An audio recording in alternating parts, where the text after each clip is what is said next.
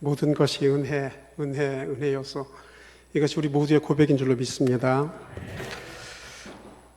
작년 코로나19가 이렇게 막 확산되기 시작할 즈음에 우리 금요철야를 처음에는 했었죠. 금요철야 시간에 그 장신대 하경택 교수님이라는 분을 초청해서 구약 개론을 이렇게 공부했던 적이 있습니다. 그분이 제 신학교 시절에 은사하셨는데, 그 졸업여행의 지도교수로 이렇게 같이 함께 했던 적이 있습니다. 근데 보통 함께 여행을 하면 그동안에 이제 몰랐던 부분을 이렇게 많이 알게 되는 부분이 있지 않습니까? 그분도 그랬습니다. 이게 한라산을 이렇게 등반을 하는데 올라가는 도중에 이렇게 등산을 하면 만나는 사람을 인사하고 막 이렇게 하잖아요. 근데 그분이 미국 사람을 만나면 영어로 막 대화를 합니다. 그렇게 또 가다가 독일 사람을 만나면 독일어로 막 대화를 하는 거예요. 그래서 그게 너무 신기해서 나중에 물었습니다. 어떻게 그렇게 하실 수가 있냐고 그랬더니 자기는 또 이스라엘 사람을 만나면 기초적인 거긴 하지만 또 히브리 말로 대화도 한다는 거예요. 너무너무 신기했습니다. 전공과 관련해서 아마 그렇겠죠. 근데 그게 다가 아니었습니다. 버스를 타고 이렇게 이동을 하다가 이제 그래도 졸업여행인데 이제 분위기가 막 신나야 되는데 좀 다운되고 그런 것 같으면 이 교수님이 맨 앞에 나가서 레크레이션을 막 인도를 합니다. 또 바닷가에 가서 애들 다 쭈뼛쭈뼛하고 있는데 옷을 훌렁 벗더니 바닷가로 풍덩 들어가서 막 바다 수영을 하는 거예요. 저녁 때가 돼서 이제 볼링장을 갔는데 볼링도 제일 잘 치는 거예요. 야, 보셔서 아시겠지만 허여멀건하니 정말 귀티나게 생기지 않았습니까? 근데 그 사모님도 굉장히 예쁘게 생기셨어요. 두 분 다 미남 미녀시다 보니까 또 자녀들도 그렇게 이쁠 수가 없어요. 그 부인도 교수님이신데 또 학생들에게 인기도 많다고 그래요. 그런 거를 일컬어서 여러분 뭐라고 아십니까? 재수없다고 하면 재수없다고. 예. 진짜 재수없어요. 여러분 어떻습니까? 여러분도 그런 사람 재수없습니까? 재수없고 얄밉기도 하지만 그렇게 말하는 것은 또 부럽기도 하기 때문에 그런 것 아니겠습니까? 부러우면 지는 거라고 하는데 그 세상 사람들은 누군가를 또 어떤 것인가를 부러워하며 삽니다. 또 남 부러울 것 없는 것 같은 그런 사람도 보면 실상은 뭔가를 부러워하는 게 다 있게 마련이죠. 근데 오늘 다른 사람은 몰라도 나는 부러운 것이 하나도 없다고 당당하며 고백하고 살고 있는 사람이 있었으니 곧 시편 23편의 저자 다윗입니다. 다윗. 여호와는 나의 목자시니 내게 부족함이 없으리로다. 나를 푸른 초장과 쉴만한 물가로 인도하시고 내가 사막의 음침한 골짜기로 다닐지라도 내가 해를 두려워하지도 않고 원수의 목전에서 내게 상을 차려주시고 내 머리에 기름을 발라주시니 내 잔이 넘치나이다. 이런 고백을 거침없이 하고 있는 것입니다. 내 잔이 넘치나이다. 이게 뭐예요? 나는 남부러운 게 하나도 없다. 이런 것 아니겠습니까? 나는 만족합니다라는 것이죠. 우리가 이렇게만 말할 수 있다면, 특별히 신앙을 가진 사람으로서, 하나님을 신앙하는 사람으로서 이렇게만 말할 수 있다면 그건 진짜 부러운 일입니다. 진짜 부러운 말입니다. 그렇다고 이 다윗이 모든 것을 다 가진 사람입니까? 날마다 배 두드리고 신선노름하고 있어서 이런 고백을 하는 것일까요?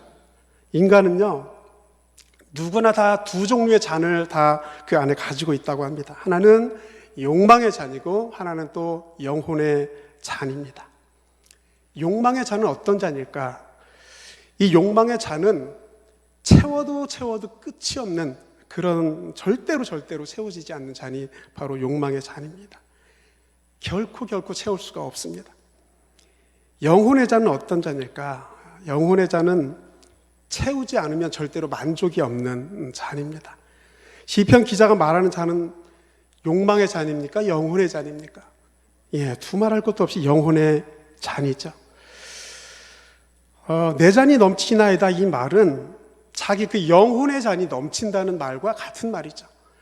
인간에게는 누구나 그 안에 욕망의 잔이 있다고 하는데 이 욕망이라는 것은 뭐 쉽게 생각해서 세상에 있는 것들을 탐하는 탐심, 그것과 같은 말이죠.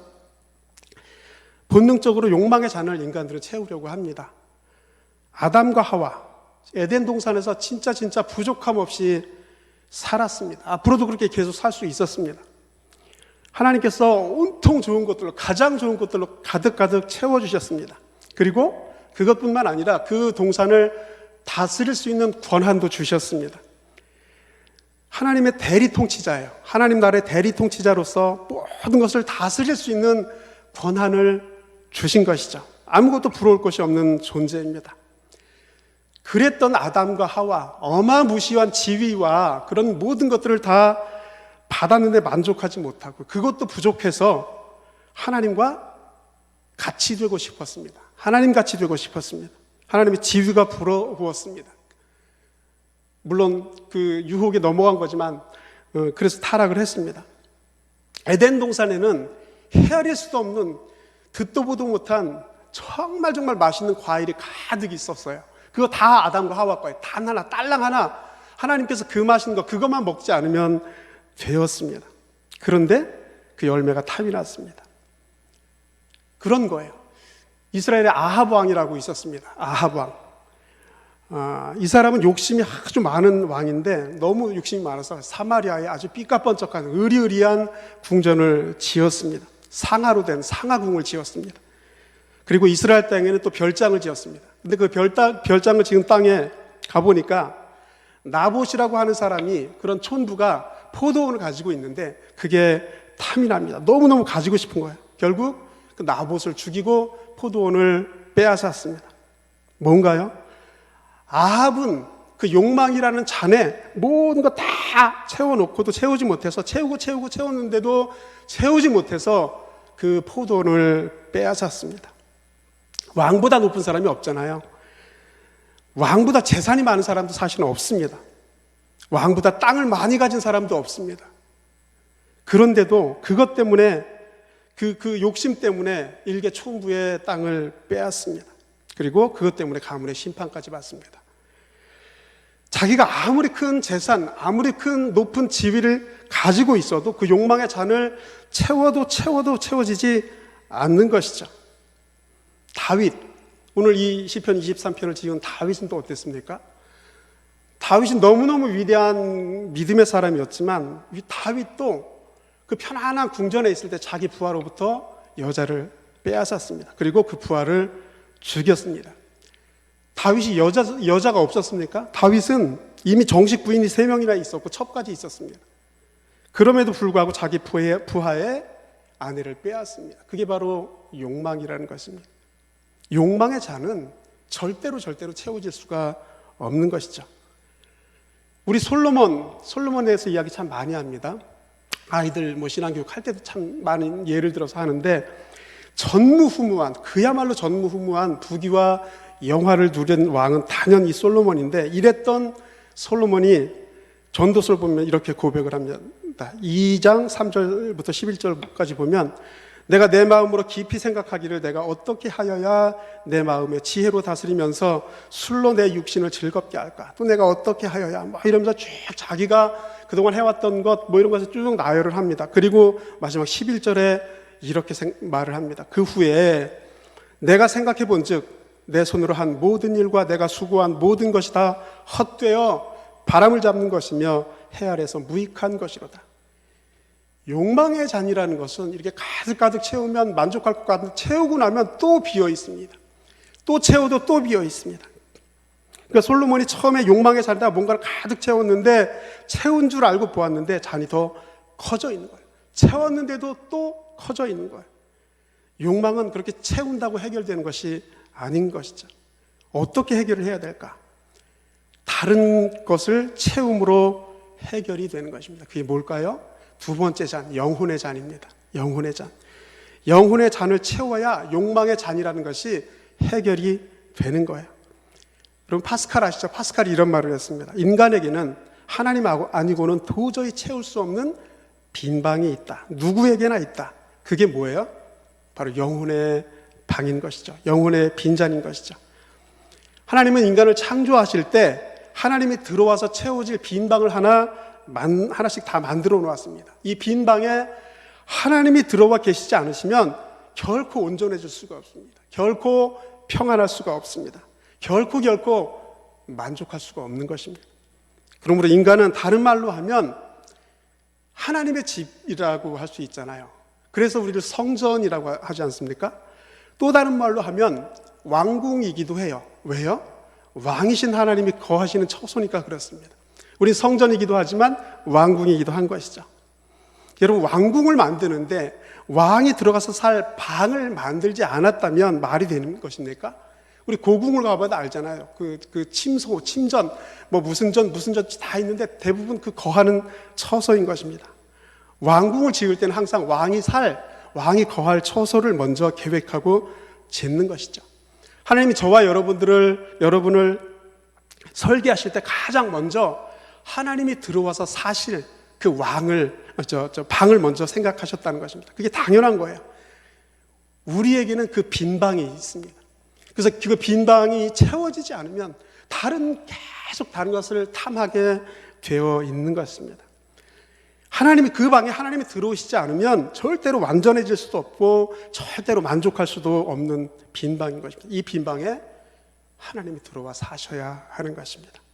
그래야 온전해지는 것이고 그래야 참 만족이 있는 것입니다.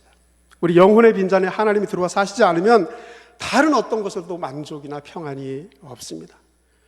겉으로는 멀쩡해 보이지만 그런 빈 사람들에게는 하나님 없이 사는 사람의 비참함, 공허함, 허무함, 그런 것들이 있습니다.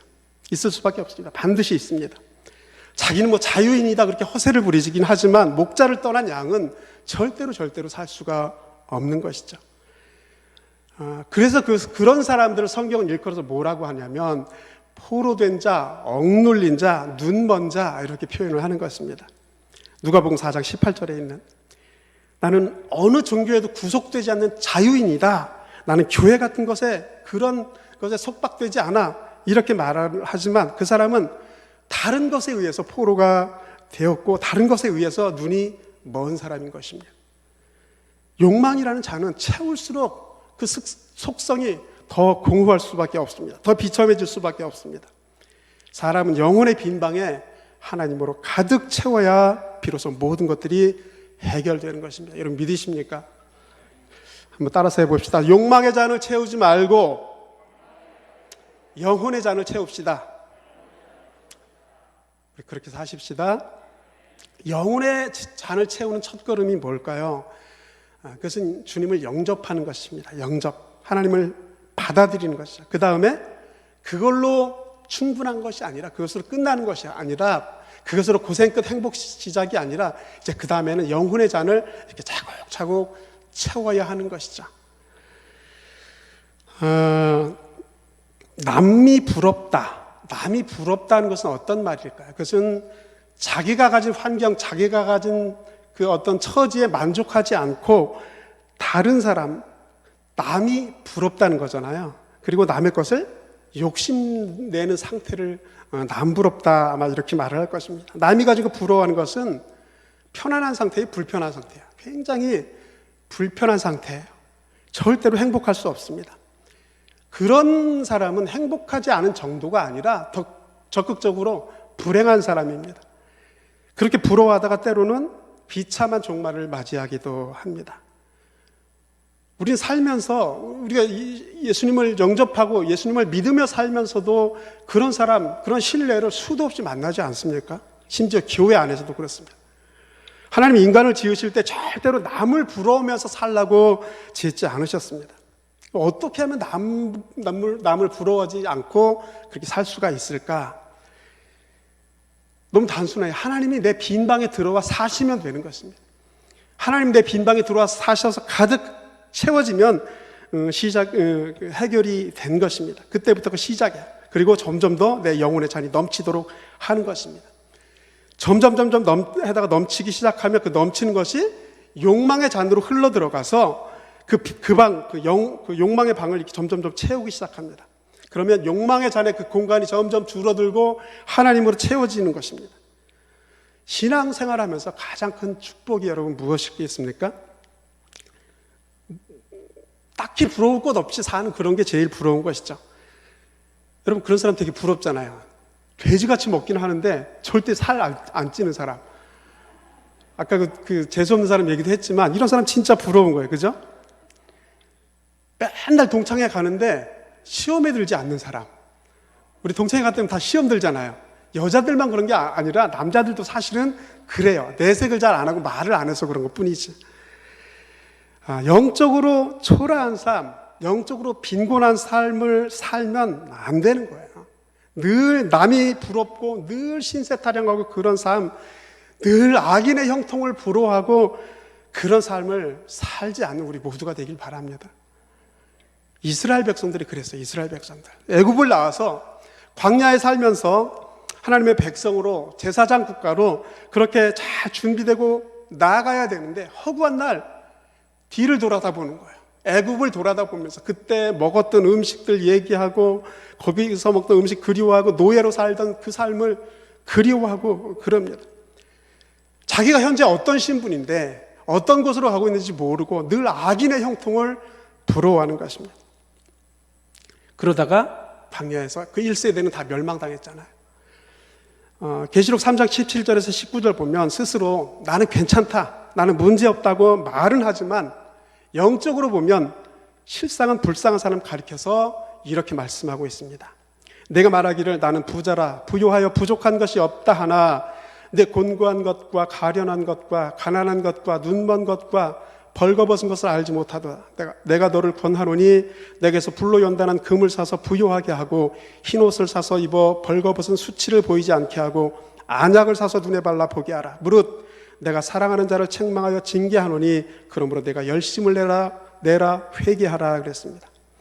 영적으로 초라하고 빈곤한 상태를 회개하라는 것입니다. 열심을 내라고 합니다. 영적으로는 바닥을 빡빡 기고 있는데 세상적으로 잘 나가는 것을 만족해하는 그 사람을 가리켜서 성경은 뭐라고 말하고 있냐면 가련하다라고 말하고 있습니다. 가련하다. 가난하다고 합니다. 눈먼 자라고 말을 하고 있습니다. 이만하면 남부러울 것이 없다고 자만하는 사람, 내 욕망의 잔은 채우면서 내 영혼의 잔은 텅텅 빈 사람을 성경은 가련하다고 말씀하고 있습니다. 여러분 지금 영혼의 잔은 여러분 어떻습니까? 얼마나 차고 넘치고 있습니까? 내 잔이 넘치다이다 이 말은 모든 것이 다 내 뜻대로 되고 있습니다. 내가 원하는 것 모자란 것 없이 다 가지고 있습니다. 그런 뜻이에요? 그런 거 아닌 거 우리 잘 알잖아요. 오늘 고백하고 있는 시편 23편 고백하고 있는 다윗을 보십시오. 어떤 상황입니까? 사실은 사막의 음침한 골짜기를 통과하고 있는 거예요. 도망 다니다가 쓴 거예요. 원수의 목전에서 고백하기를 지금 상황은 비록 이렇지만 여호와가 나의 목자시기 때문에 내 잔이 넘친다 고백하고 있는 것입니다. 상황은 너무너무 안 좋아요. 안 좋은데 나는 남부러울 곳이 없다라고 고백하고 있는 것입니다. 사실 이 내 잔이 넘치나이다, 내 은혜가 넘치나이다 이런 고백은 잘 나가고 모든 것이 술술 풀리고 막 사람들이 다 나를 따르고 좋아하고 그럴 때 그런 고백이 나오지 않습니다. 진짜로 감당하기 어려운 시련 가운데서 사실은 이런 고백이 나올 때가 많이 있습니다. 원리적으로 여러분 많이 해보셨겠지만 우리 금식 기도를 해보면 알 수가 있어요. 아주 단순한 원리인데 진짜 배고프고 너무너무 허기지고 기운 다 빠지고 걸어 다닐 힘조차 없고 그럴 때 사실은 영혼이 더 맑아지고 더 은혜가 넘치고 우리 그런 경험하지 않습니까? 진짜로 감당하기 어려운 시련 가운데서 나를 지키시고 보호해 주시는 하나님을 경험하면서 이런 고백이 나오는 것이죠. 다윗이 아무것도 부러울 것도 없는 그런 왕궁 가운데 살 때는 욕망의 잔을 채우기에 급급했습니다. 다윗이 그의 아내, 자기 부하의 아내를 빼앗았을 때 그의 나이가 40대 후반이었습니다. 지금 이 시편 23편을 쓸 때는 최소한 나이가 60을 넘었을 때일 거예요. 이 시편은 자기 아들이 자기를 향해서 칼을 겨누고 자기 부하들이 한패가 돼서 자기를 죽이려고, 여러분 얼마나 비참하겠습니까? 자기 아들이 그러고 있는데 그런 절망적이고 비참한 상황에서 이런 고백이 나온 거예요. 그런데 이 상황에서 다윗이 내 영혼의 잔이 철철 넘치고 있다라고 고백하고 있습니다. 보십시오. 왕궁에서 어떤 잔이 커졌습니까? 욕망의 잔이 커지니까 자기 부하의 그 예쁜 미모가 눈에 들어오는 것이죠. 그러나 시련의 한복판에서는 하나님이 눈에 들어옵니다. 왜냐하면 하나님이 아니고선 해결이 안 되니까 그렇습니다. 하나님을 바라보고 의지할 수밖에 없습니다. 바로 그때 시련의 한복판에서 인생의 극심한 폭풍우 가운데에서 하나님을 경험하는 것이죠. 그때 깊은 은혜를 경험하는 것입니다. 거기에서 비로소 내 잔이 넘치나이다, 내 영혼에 하나님의 은혜가 넘치나이다, 이런 고백을 하는 것입니다. 우리 영적으로 빈곤하게 살지 말고 영혼의 잔을 하나님의 은혜로 채웁시다. 모든 상황 속에서 하나님을 나의 목자로 삼을 때, 거기가 사망의 음침한 골짜기든 원수의 목전이든 사방으로 우겨쌈을 당하는 그런 곳이든 여호와를 나의 목자로 삼을 때 거기서 진한 하나님의 은혜를 경험하게 되는 것입니다. 그래서 그때 그런 고백이 나옵니다. 내 영혼에 주의 은혜가 넘칩니다. 내 잔이 넘칩니다. 부러울 게 없습니다. 아무도 부럽지 않습니다. 어떤 책에 이런 글이 쓰여 있었어요. 진정한 부흥이란 교회가 사람들로 가득 차고, 여기까지 우리가 다 이해되는 말이에요. 그리고 많이 했던 말이고, 그런데 사람들은 하나님으로 가득 찬 상태다. 진정한 부흥은 그 안에 많은 사람들이 있을 수 있어요. 혹은 적을 수도 있어요. 그렇지만 진짜 부흥은 그 사람들 안에 하나님으로 가득 찬 상태가 진짜 부흥이라는 것입니다. 여러분 동의가 되십니까? 진정한 부흥이란 사람 숫자만 많아지는 게 아니라 한 사람 한 사람 안에 하나님으로 가득 차는 것이라는 거예요. 우리 좀 그렇게 살아야 되지 않겠습니까? 이제는 은혜가 가득 차야 그걸 좀 나누어 줄 것이 있죠. 우리가 세상 사람들 가운데 좀 흘려보낼 것이 있지 않겠습니까? 우리가 안에 아무것도 없는데 뭘로 사람들을 축복하며 우리가 축복의 통로로 쓰임을 받겠습니까? 그냥 아무것도 없어서 바가지로 그냥 탁탁 긁어도 더 이상 나올까 말까 막 이러면 우리가 무엇으로 세상을 축복하겠습니까? 다른 사람들이 나를 보고 하나님 좀 믿고 싶어 하지 않겠습니까? 내 잔이 좀 넘쳐야 그걸 보고 사람들이 쟤는 뭔가 되는 일도 없는 것 같은데 맨날 실실거리고 웃고 다니고 뭐가 그렇게 좋을까? 그것이 좀 궁금하게 만들어야 되지 않겠습니까? 그래서 저 비밀이 뭘까? 나도 교회 한번 가보고 싶다, 이런 생각을 좀 들게 만드는 우리 난곡신 교회가 됐으면 좋겠습니다. 우리 각자의 잔이 하나님의 은혜로 넘칠 때 세상 사람들이 하나님을 만나고 볼 것입니다. 그렇게 하나님의 나라가 세상 가운데 나를 통해서 세워져 갈 것입니다. 어떻게 하나님의 은혜로 내 잔을 넘치게 할까? 단순하죠. 예배 자리 사모하고 기도와 말씀의 자리로 나오고 하나님 사랑하는 거예요. 제가 이 설교 때마다 사실은 메시지가 다 비슷해요. 무슨 선한 것이 있어서 나올 수가 있겠습니까? 다 그 말이고 아주 단순하지만 문제는 우리가 그대로 살지 않는 것이 문제인 것이죠. 이 하나님의 은혜로 내 잔을 넘치게 하는 것도 굉장히 단순한 거예요. 예배 자리 사모하고 기도와 말씀의 자리 나오고 하나님을 사랑하고. 그런데 그럴 때 진짜 욕망의 문제를 해결할 수가 있습니다.